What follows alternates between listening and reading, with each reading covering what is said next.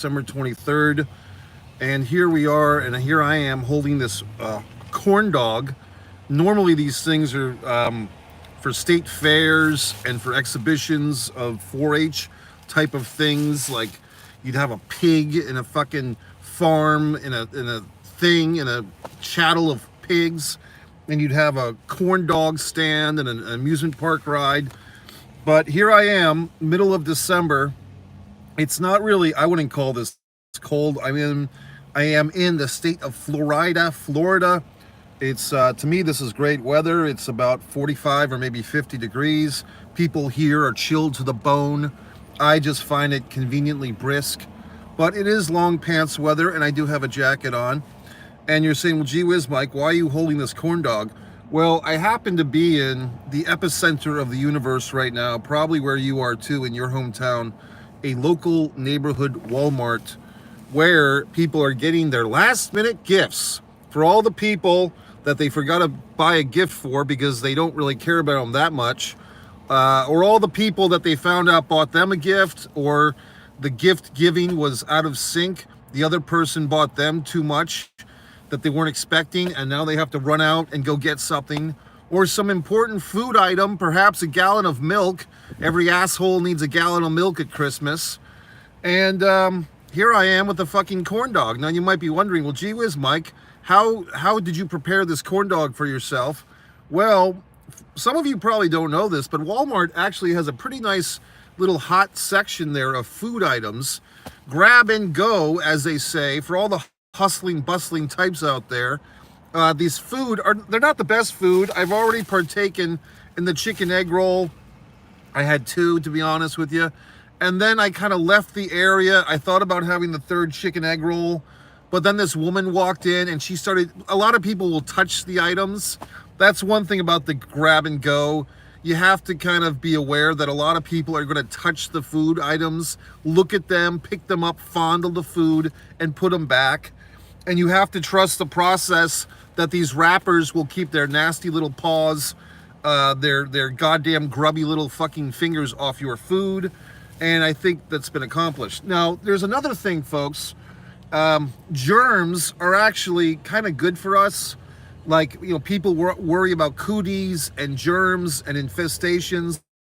But a certain level of bacteria, a certain level of griminess, or just the human condition is actually good for your immunity system. I could tell you the most disgusting thing I've ever seen in a men's room was I was in a airport once upon a time. I believe it was Reagan Airport in the DC area. And I just had a long flight. I went to the very busy men's room, like Grand Central Station, and there are all these men touching themselves and urinating and doing these horrible things. And in the middle of all this chaos was a young child, just for the sake of coloring the story. The child seemed to be 14 years old, perhaps of Indian descent. And he looked like a nice enough kid, and he was standing in the middle of the men's room licking a goddamn vanilla ice cream cone. And I didn't know what the fuck to do, because I knew that this kid was naive to the fact, and nobody smartened him up. And it's not my kid, it's not my place to talk to this young gentleman and say, hey, look, do you realize that you're licking a goddamn vanilla ice cream cone in the middle of a very busy, very active situation here in this men's room? There's all types of germs floating around, and they're attaching to your food item. This fucking vanilla ice cream cone is a haven for all these germs and human erroneous gases that are emitting from men from this goddamn airport, you fucking idiot. So, I wanted to be a nice guy and tell the kid that, but it's not my child, it's not my place.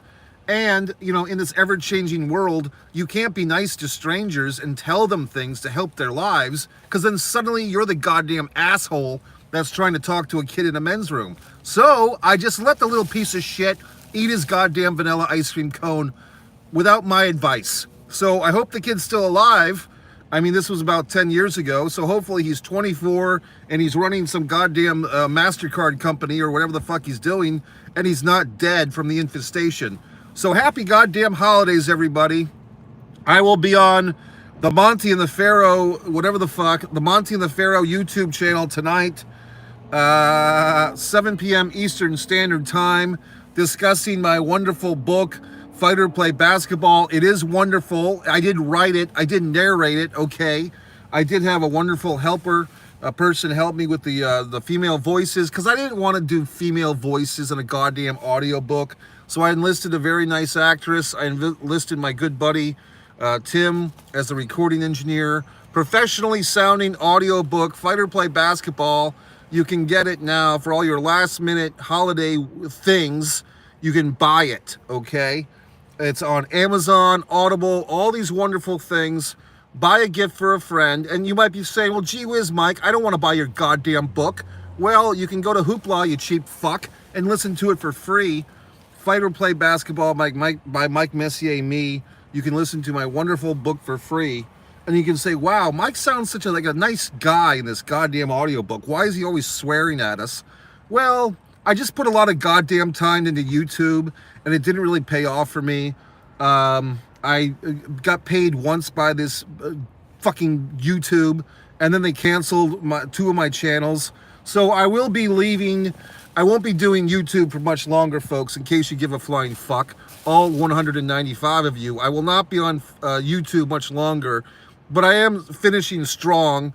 This might be the last Mike's Meals. It might not.